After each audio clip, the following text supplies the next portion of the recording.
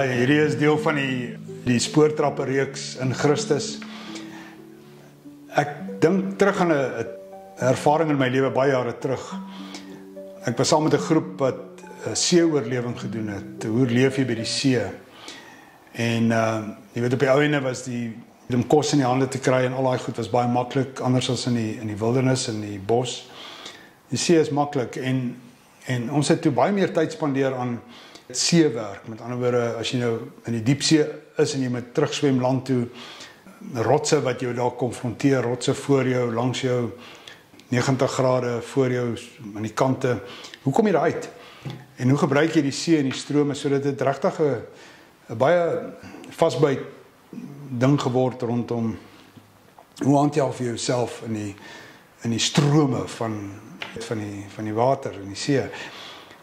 Maar een van die goed wat gebeur het was naby Hermanus, daar was baie seebamboes in die water. Daai plante wat so op die water dryf, jy sien dit daar teen die kuslyn nogal baie. Tussen die rotse en jy weet waar die rotse, die water, die golwe op die rotse breek. Ons het, jy weet, die strome gebruik wat baie keer langs die rots is om in die diep water vinnig te kom. Want dis waar die stroom altyd is. Die terugstroom is waar dit diep is. En dis altyd diep langs die rotse waar die sand uitgespoel is. Dis dieper. So jy het altyd 'n terugstroom, feitelik 100% gewaarborg direk langs die rotse. En ons het letterlik daai stroom gebruik om in die diep water te kom vinnig. Dan draai ons rotse se kant toe wat nou dieper in die see lê. Daar waar jy nie swem nie. Daar waar jy so nou en dan 'n visserman op die punt sal sien, bietjie ander kant dit. Dan draai ons na daai rotse toe en dan was die uitdaging nou waar ons instrukteurs gesê het ons moet nou uitklim. Jy weet, dan sal dis nou letterlik rotse voor jou, regop kante, skuins, wat ook al. En die groot kuns was om die see te lees, want glo ons en weet ek, die see sal jou altyd 'n gaping gee. En as jy daai gaping kan reg lees en jy vat hom, dan jy tyd aan jou kant om te kyk of jy kan uitkom. Onthou nou, daai rotse is gepak met sê nou maar mossels, skerp klippe. En jy het branders, jy het golwe wat branders word, min of meer waar jy is, wat moet uitgaan, en daai brander gaan vir jou stikkend slaan teen daai rotse. So jou tydsberekening, wanneer om te gaan, en wanneer om nie te gaan nie. Maar so het ek in die situasie beland, dat ek in die golf lê, die duining wat op en af gaan, en net voor my word die golf brander, want die helling gaan skuins op na die rots toe, en daai brander gaan jy mos nou teen die rotse slaan. So, die kuns was om jou tydsberekening reg te kry, en wanneer jy dink die see gee jou daai gaping, en jy besluit om te gaan, jy kan nie eintlik terugdraai nie. As jy daar 'n fout maak en jy moet terugdraai, dan is jy eintlik in die moeilikheid. Die kuns was om nie seer te kry nie. Met ander woorde, jy is eintlik in die moeilikheid.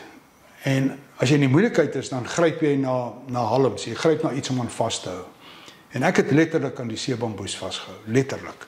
Maar die seebamboes is geanker.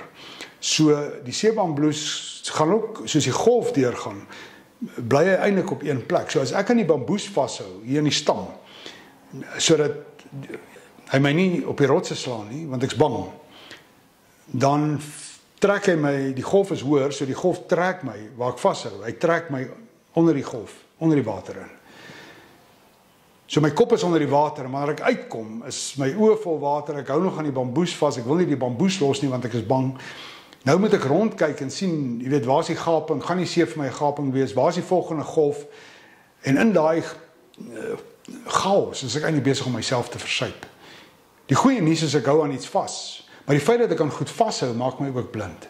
En die goed wat ek aan vashou, wat oënskynlik die goed is wat saak maak, is ook die goed wat my doodmaak en my seer maak. Bietjie van 'n vreemde paradoks, is dit nie? En toe ontdek ek moet die bamboes los. Die bamboes is daar, die sekuriteit is daar, die veiligheid is daar, maar as die golf deurkom, los ek hom, en ek gaan op saam met die duining, en wanneer ek sak, is die bamboes nog steeds daar. Daai golf gaan my nie noodwendig op die rotse neersit nie. Die brander sal my daar neersit, maar nie noodwendig die golf nie. So ek laat gaan, ek gaan saam met die duining op. My kop is nie onder die water nie, ek kan die see lees, Ek kan kry 'n aanvoeling van waar's die gaping en dan vat ek die gaping as die tyd reg is. Intussen gebruik ek die seebamboes, maar ek kon hom net gebruik toe ek verstaan het hoe belangrik dit is om hom ook te los. En dit is net 'n metafoor en ek wonder baie keer tot watter mate is ek en jy besig om onsself te versuip, omdat ons blind is vir die goed waaraan ons vashou, terwyl ons eintlik dink dis die regte ding om te doen, terwyl dit fundamenteel so verkeerd is.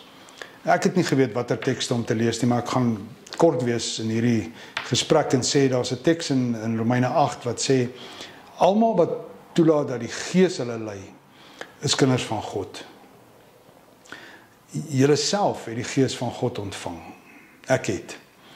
En hy sorg dat julle nie so slawe is, wat gedurig in vrees en angs vir God leef nie. Allermins, julle het die Gees ontvang. Hy het julle verander en aangeneem as kinders van God. So, ek kan nie en ek is nie 'n slaaf van vrees en angs nie. Eerste punt. Romeine 12. Of julle dan alles weet, doen julle uiterste bes om in vrede te leef met alle mense. Moenie wraak neem nie. Los dit oor aan die Here om mense te straf. Ja, ons leef in 'n tyd en 'n era waar dit amper die speelveld geword het om te vergeld, omdat ons verskil, omdat ons kwaad is vir mekaar, omdat ons nie saamstem nie. En ek sien hoe dat gelowiges in die gat trap om aan hierdie stuk seebamboes vas te hou en eintlik is hulle besig om hulle self te versuip. Om te laat gaan sodat jy God ook kan sien en die bedoeling en die almag en die heerlikheid van God, net omdat jy nie self probeer nie, of dink dit is nou jou besigheid om te na te kom en seer te maak en oor te vat. In Jakobus is daar 'n teks wat vir my baie besonder is. Dit sê Jakobus 4 vers 13-14: Wie onder julle het lewenswysheid en begrip? Julle wat almal so slim is op sosiale media, julle wat al die antwoorde het. Wel, gaan die teks aan, wel die persoon wie se optrede van 'n goeie lewenstyl getuig. Getuig jou optrede van 'n goeie lewenstyl. Nou, hierdie is nou eintlik nie Callie wat praat nie, want ek wil nie so praat nie, maar ek skaam my. Ek skaam my vir my Christen kollegas en hoe hulle omgaan met hierdie tyd waarin ons nou leef. En dan sê die teks, hierdie goeie lewenstyl, sy dade getuig uit goeie selfinsig. Wel, ek sien die gebrek aan selfinsig, wat hand aan hand moet gaan met lewenswysheid. Ek sien 'n totale gebrek aan lewensinsig. Ons hardloop op die oppervlak rond. As bittere jaloesie en selfsugtige ambisie jou van binne af opvreet. Met ander woorde, ek wil altyd reg wees, ek wil sê hoe dit werk, ek wil vir julle sê waar is julle verkeerd. Dis niks anders as hierdie nie. Bittere jaloesie en selfsugtige ambisie. En dis wat ons opvreet van binne af. Moenie teen die waarheid in groot praat nie. Moenie, fyn lyn, moenie teen die waarheid in groot praat nie en leuns versprei nie. Of jy nou links om die boom gaan en of jy regs om die boom gaan van jou soeke na die waarheid, dit is deur spek van leuns en onwaarhede. En almal gebruik dit om hulle kant van die saak te verdedig en beter te stel, in die hoop dat ons hierdie wêreld 'n beter plek sal maak. Hierdie teks sê vir my, hou net op daarmee. Daai soort lewenstyl kom nie van God af nie, maar is suiwer mens gemaak. Baie Christene, dalk meeste Christene, is besig met mensgemaakte goed. Hierdie is nie God nie. Hierdie is nie Christus nie. Maar net my gevoel.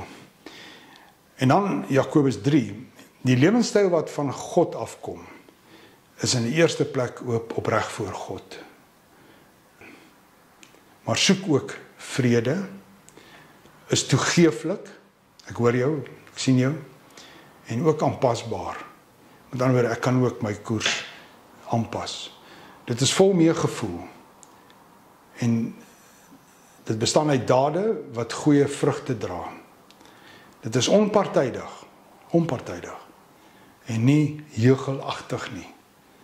Mense wat in vrede reg optree, sal dan ook die vrugte dra wat mense toekom, wat vrede maak. Ek meen, hoe besonder is dit? En hierdie is die baadjie wat ek dink ek en jy moet aantrek in hierdie tyd. Daar's 'n stuk anders uit daar. 'n diepere insig van wanneer is dit 'n goeie tyd om hoegenaamd iets te sê. En wanneer jy iets sê, is dit regtig opreg voor God. En kan jy daai onderskeid nog maak? Of is jy so gekontamineer met emosie en eie wil en 'n gebrek aan selfinsig dat jy gewoon net nie meer sien nie. Jy hou so vas aan daai stuk seebamboes dat as jy nog 'n kans kry om jou oë oop te maak, dan sien jy ook niks nie, want die water is boor jou en jy is heeltemal blind. So ek los jou met die gebed van Filippense 1 vers 9. Ek bid, sê Paulus vir die ouens in die Filippense, ek bid dat julle nog meer sal groei in liefde vir God en vir mekaar. Mag die regte kennis en insig van God julle lewens oorstroom. Dan sal julle weet wat maak regtig saak vir hom en hoe om reg te leef. En dan sal julle opreg en sonder enige foute wees wanneer Christus weer terugkom. Dis my gebed, dat ons meer van dit sal demonstreer. Hierdie diepe afhanklikheid ook van God, dat dit my lewe sal oorstroom en dat God my sal toelaat om te sien en daai onderskeid te maak tussen dit wat reg is en dit wat ook verkeerd is.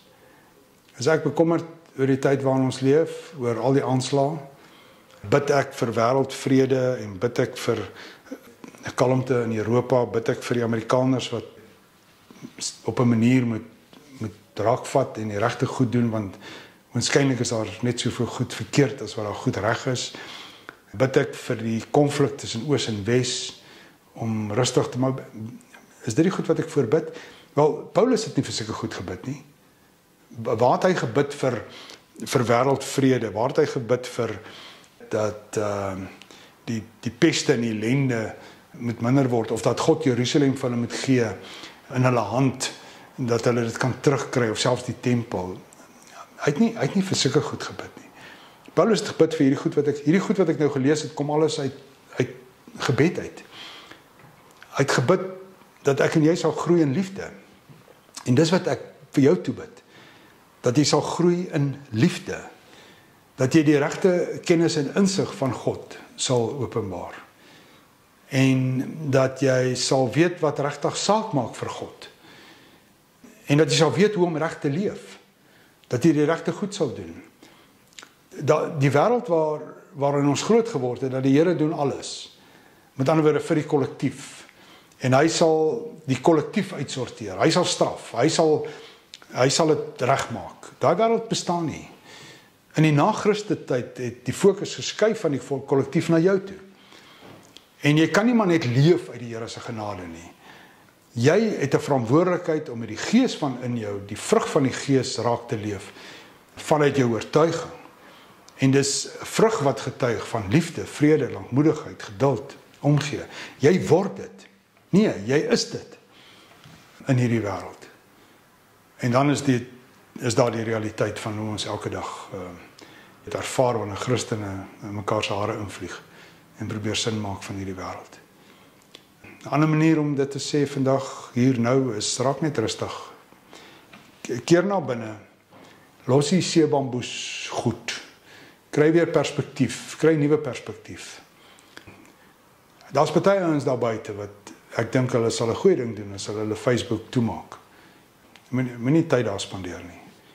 Nie eers om te kyk wat ander ouens post nie. Jy is besig om jouself onnodig moeg te maak. Gaan 'n bietjie na binne en vra God om homself opnuut weer aan jou te wys met die liefde en die vrede en die harmonie, die geduld, want dis wie ons is in Christus. Dis wie ons is. So 'n lekker gedagte om ook in jou, of paar gedagtes om ook in jou pyp te rook, is dit nie? Maar sterkte, ek het baie empatie met die tydsgees waarin ons is. Maar gaan soek na die mooi goed. Hulle is daar. Gaan soek na die beter oomblikke in gesprek. En vra jouself, as ek hoegenaamd 'n bydrae sou kon lewer, wat sou dit wees? Dat dit getuig van dit wat reg is voor die almagtige God en jou hemelse Vader. Wat sou dit wees? En wat maak dit anders? Want jy is anders, of nie?